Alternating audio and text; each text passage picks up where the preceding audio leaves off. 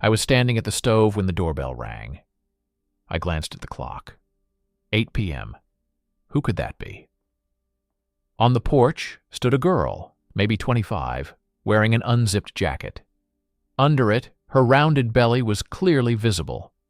Her face was pale, tiny drops of sweat on her forehead. "Hi. Does Ethan live here?" she asked quietly, unsure. "Yes. And what is this about?" I narrowed my eyes, studying the stranger. "And you're his mom?" I couldn't help but smirk. "I'm his wife. So, what do you want?" The girl flinched, turning even paler. Her lips trembled. "He's in the hospital, and I don't know how he is.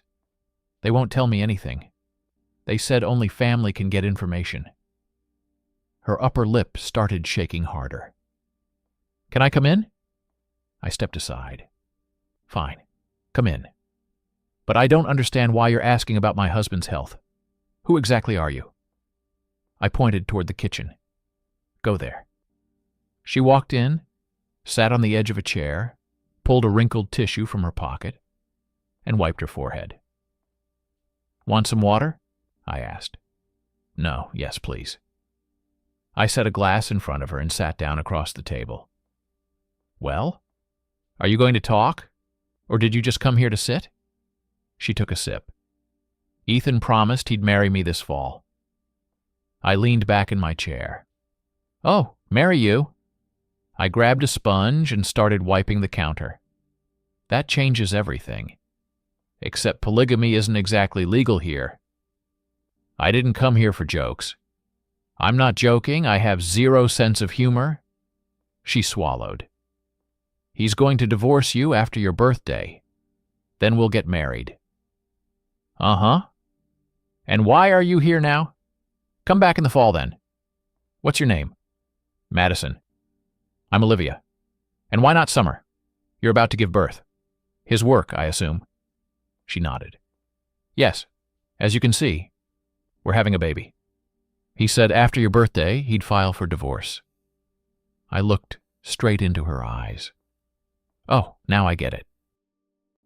That's so Ethan. Never changes." "What do you mean?" "I mean I understood everything the second you walked in." "Where are you from?" "A small town. I moved here, worked at a factory before, wanted to make it in the city. And Ethan, he said you've basically been living like strangers for years, only together because of the kids." I felt my jaw tighten. "Sure," I said coldly. "Leave me your phone number and address. I'll contact you." "What?" "When he gets discharged, I'll call you. So you can take him." "Take him where?" "To your place. Wherever you're staying." "I live in a dorm." "Well, there you go. Don't aim for my house. It belonged to my grandmother. It's mine. He has no rights to it." "That's unfair. We love each other." "Then you'll survive in a shack." I stood up. "Now go, while I'm still being nice." She left. 3 days I barely slept after Ethan's accident. The doctors were pessimistic at first, but he pulled through. They called saying he'd been moved to a regular room and I'd need to take care of him. And then this pregnant girl showed up. I was exhausted, physically and emotionally. I walked downstairs, thinking whether I should comfort him or yell at him. Outside, near the entrance, I saw her. "Olivia! Olivia!" she called. I stopped. "What now?" "Are you going to Ethan? Please take me with you." I didn't answer, just walked to the bus stop. She followed. On the bus, she sat next to me. I turned toward the window like I didn't know her. Why did I bring her? At the hospital, I told the nurse she was my niece. "You wait here," I said, and went into the room. Ethan was alone, leg in traction, covered in bruises. He saw me and smiled. "Liv, I'm so glad you're here." I set the food container on the table. "Mashed potatoes and meatballs. Your favorite." My hands were shaking. "Liv, what's wrong?" I waited for you after the army, I said quietly. We lived on ramen. Remember? Our boys?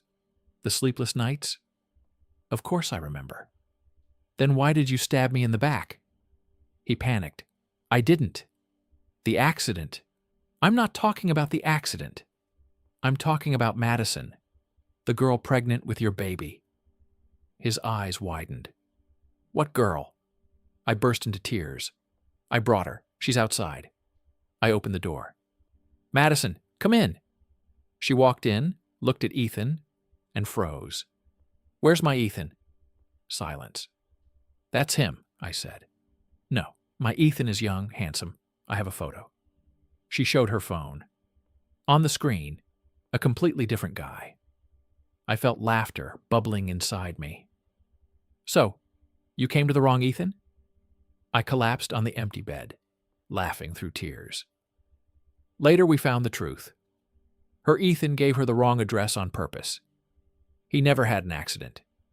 He asked a friend to lie so he could disappear. Madison sat in my kitchen, broken. What do I do now? I looked at her, young, pregnant, alone. Stay here for now, I said. I have a spare room. She cried. 2 years passed. She found a job, rented an apartment, her son started daycare. The father pays child support.